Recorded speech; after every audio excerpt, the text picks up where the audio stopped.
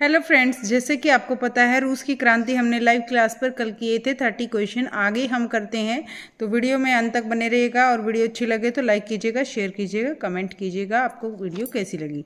और किसी भी टॉपिक पर अगर आपको वीडियो चाहिए तो ज़रूर मेंशन कीजिएगा। रूस की क्रांति क्या है? क्वेश्चन नंबर 31, स्टॉलिफिन की हत्या किस वर्ष हुई थी? तो इनकी हत्या हुई थी 1911 में। कब हुई थी? 1911 में हुई थी। ठीक है, ये आंसर रहेगा। निम्नलिखित में से कौन से सत्य हैं? यहाँ पर कौन से सत्य हैं दोनों में से हमें बताना है। तो ये है, फर्स्ट है वोल्शेविक मेंशेविक विभाजन पूर्ण 1912 ईस्वी में हुआ था, 1912 में हुआ था। बिल्कुल सही बात है ये। जर्मनी और रूस के विरुद्ध युद्ध की घोषणा हुई थी, बिल्कुल हुई थी। और जर्मनी यहाँ पर जीत गया था, जैसे कि हम ये क्वेश्चंस कर चुके हैं। दोनों ही सही हैं, तो इसका रहेगा 1 और 2 दोनों। क्वेश्चन नंबर 33, समाजवाद शब्द का प्रयोग सबसे पहले किसने किया था? तो समाजवाद शब्द का सबसे पहले प्रयोग किसने किया था? ये भी आपको पता होना चाहिए। रॉबर्ट ओवेन ने। किसने? रॉबर्ट ओवेन ने समाजवाद शब्द का सबसे पहले प्रयोग किया था। क्वेश्चन नंबर 34, मजदूर दल का पहला सम्मेलन कब हुआ था? ये इंपॉर्टेंट क्वेश्चन है बहुत ही ज़्यादा। Robert Owen. मजदूर दल का पहला सम्मेलन कब हुआ था? 34th का आंसर रहेगा फर्स्ट 1898 में। मजदूर दल का पहला सम्मेलन हुआ था 1898 में। मजदूर दल का पहला सम्मेलन हुआ था 1898 में। यहाँ पर हमें कुछ मिलान करने हैं। सेंट पीटर्सबर्ग सोवियत का गठन कब हुआ था? सेंट पीटर्सबर्ग में रिक्तिम रविवार और काला सागर स्थित ओडेसा पर पोतमिलगन की चढ़ाई, यहाँ पर हमें मिलाना है। तो क्वेश्चन नंबर 35 का क्या आंसर रहेगा? इसका आंसर रहेगा हमारा फर्स्ट का रहेगा, ए का फर्स्ट रहेगा 1 अक्टूबर। सेंट पीटर्सबर्ग सोवियत का गठन हुआ था 1 अक्टूबर। सेंट पीटर्सबर्ग में रिक्तम रविवार ये था जनवरी। ठीक है, नंबर 3 पर आएगा जनवरी में। सेंट पीटर्सबर्ग सोवियत संगठन का गठन हुआ था अक्टूबर में। सेंट पीटर्सबर्ग में रिक्तम रविवार था जनवरी में। और काला सागर स्थित ओडेसा पर युद्धपोत ये था जून में। ठीक है, इसका आंसर रहेगा हमारा ए। नेक्स्ट क्वेश्चन देख लेते हैं। कृषि दासों का मुक्ति आंदोलन कब हुआ था? कृषि दासों का मुक्ति आंदोलन कब हुआ था? ये आएगा 1861 में। ये बहुत ही ज़्यादा इम्पोर्टेंट है रूस की क्रांति से रिलेटेड। तो कृषि दासों का मुक्ति आंदोलन कब हुआ था?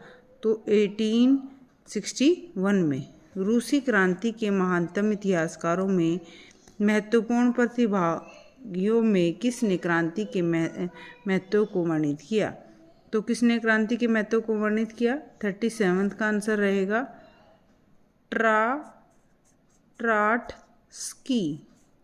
ट्राटस्की ने ये सब क्रांति के महत्व को वर्णित किया था।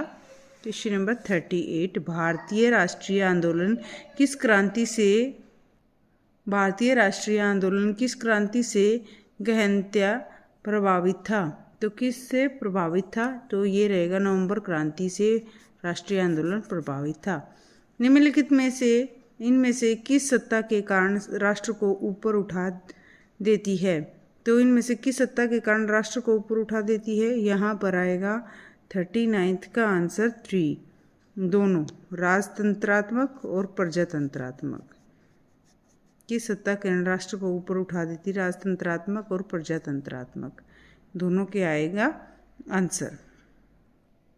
अफ्रीका और एशिया के मजदूरों ने अपने जीवन और कार्य स्थिति में सुधार लाने के लिए कौन कौन से प्रयास किए थे?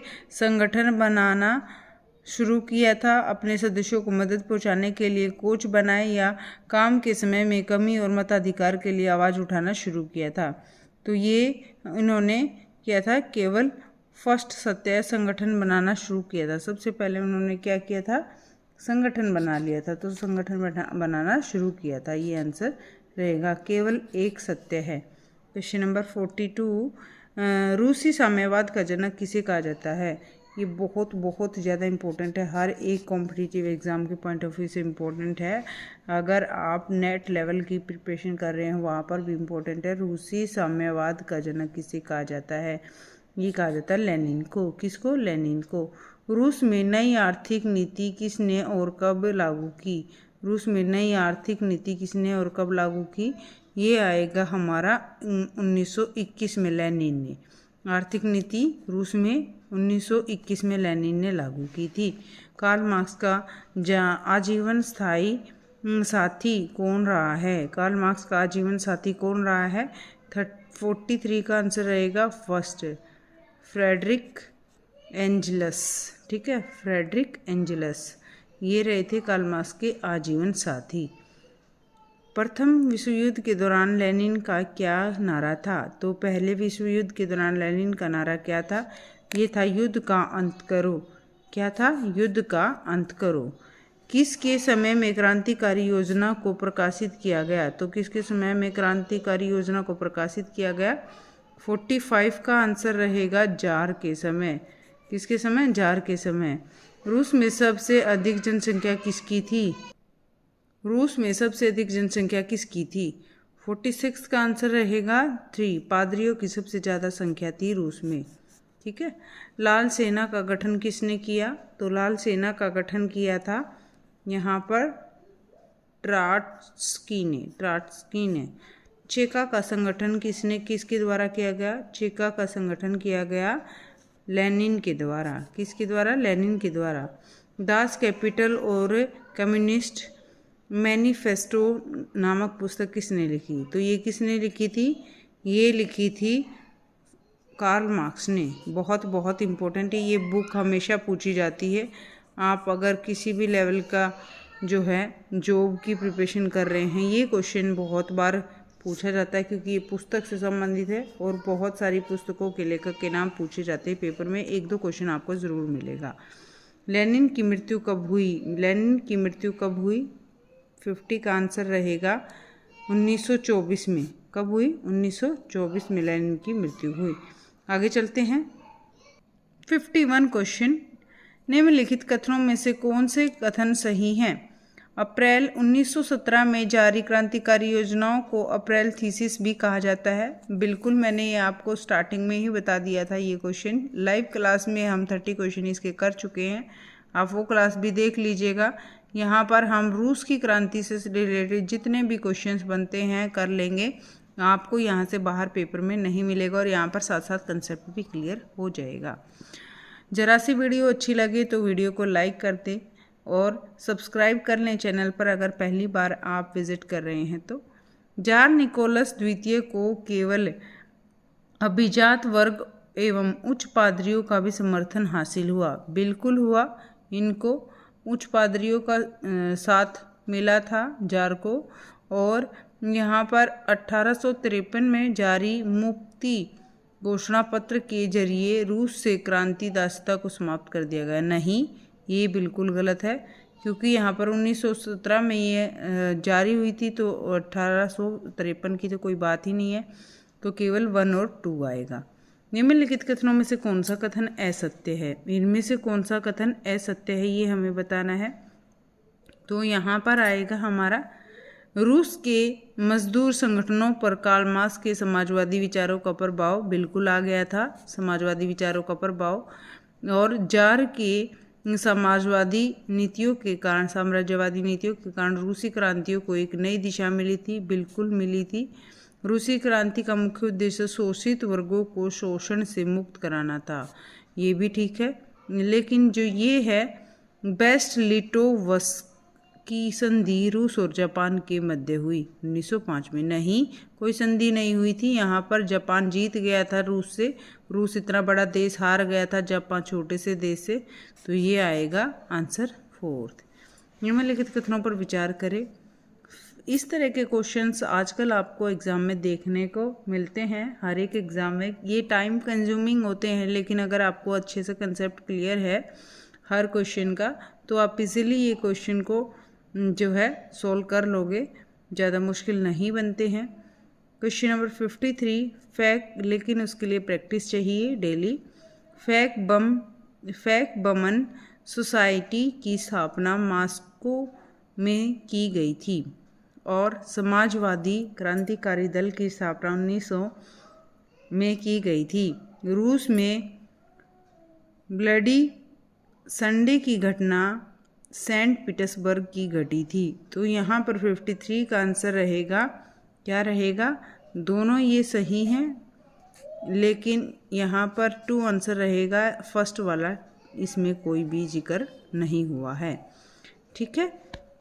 क्वेश्चन नंबर 54, रूस में औद्योगिकरण के कारण मजदूर निरंतर संगठित होने लगे। बिल्कुल होने लगे। 54 का आंसर क्या रहेगा? रूस के छोटे छोटे किसानों को भूमि पर आधिपत्य जमाने के लिए विमोचन शुल्क लेने पड़े। बिल्कुल ये भी सही है। रूस में कृषि दासत्व समाप्ति के बाद भी किसानों की स्थिति में कोई सुधार नहीं हुआ। बिल्कुल ये आएगा 4th, तीनों ही आएंगे इसमें। निम्नलिखित में कौन सा कथन असत्य है? असत्य मतलब गलत कौन सा है इनमें से? तो रूस के नवीनतम मध्य वर्ग राजनीतिक सुधार एवं उदार शासन के पक्षधर थे। बिल्कुल ठीक है। रूस को प्रथम विश्व से अलग करने में ट्राट्स्की ने महत्वपूर्ण भूमिका निभाई। ये भी ठीक है। और 3, बोल्शेविक तथा मेनसेविक के मध्य 1912 में विभाजन हुआ। बिल्कुल ये भी ठीक है। और रूसी सामाजिक प्रजातांत्रिक मजदूर दल का पहला सम्मेलन 1903 में आयोजित हुआ। नहीं, रूस में कोई भी मजदूरी दल का पहला सम्मेलन 1903 में आरंभ नहीं हुआ। तो ये आंसर रहेगा असत्य। यहाँ पर हम अपनी स्पीड को थोड़ा सा बढ़ाने जा रहे हैं, तो ध्यान से देखिएगा। फटाफट से हम यहाँ पर अपनी वीडियो को ख़त्म करेंगे। स्टीफन की हत्या कब हुई थी? ये क्वेश्चन पहले रिपीट हो चुका है। स्टीफन की हत्या कब हुई थी? तो इसकी हुई थी स्टीफन की हत्या 1911 में। और नई आर्थिक नीति की घोषणा कब हुई थी? नई आर्थिक नीति की घोषणा हुई थी 1921 में। कब हुई थी? 1921 में। और नेक्स्ट है, रूस में आर्थिक नियोजन प्रारंभ हुआ था 1929 में हुआ था। और सेंट पीटर्सबर्ग में ब्लडी संडे जो है ये हुआ था 1905 में। ठीक है। तो इसका आंसर रहेगा हमारा 2। ए का 3 है, बी का 1st है, ये इसका आंसर रहेगा। स्टीफन की हत्या 1911 में। नई आर्थिक नीति की घोषणा हुई थी। कब हुई थी? ये हुई थी, कब हुई थी? 1921 में। और रूस में आर्थिक नियोजन प्रारंभ हुआ था 1929 में। और सेंट पीटर्सबर्ग में ब्लडी संडे ये आया था 1905 में। नेक्स्ट क्वेश्चन देख लेते हैं, स्पीडली करते हैं इनको फटाफट से। बेस्ट लिटोवस्क की संधि कब हुई थी? सामाजिक सरकार का गठन और फेबियन सोसाइटी का गठन और निकोलस द्वितीय का शासन प्रारंभ कब हुआ था? तो 57 का आंसर रहेगा 1st का। बेस्ट लिटोवस्क की संधि हुई थी 1918 में। और सामाजिक सरकार का गठन हुआ था, ये हुआ था 1917 में। और फेबियन सोसाइटी का गठन हुआ था, कब हुआ था? ये 1884 में। निकोलस द्वितीय का शासन प्रारंभ हुआ था 1894 में। ठीक है फ्रेंड्स, आगे चलते हैं। नेक्स्ट क्वेश्चन, ये आपको थोड़े से बोरिंग लगेंगे, लेकिन ये क्वेश्चन इम्पोर्टेंट हैं और यहाँ से एग्ज़ाम में रिपीट हो जाते हैं। ठीक है फ्रेंड्स, इसमें से कथन कौन सा असत्य है? ये वाला हम छोड़ देते हैं, क्योंकि हम यहाँ पर बहुत सारे क्वेश्चंस इस तरह के कर चुके हैं। तो हम करते हैं नेक्स्ट। इनमें से जो असत्य है वो छोड़ देते हैं, लेकिन जो सत्य हैं वो कर लेते हैं।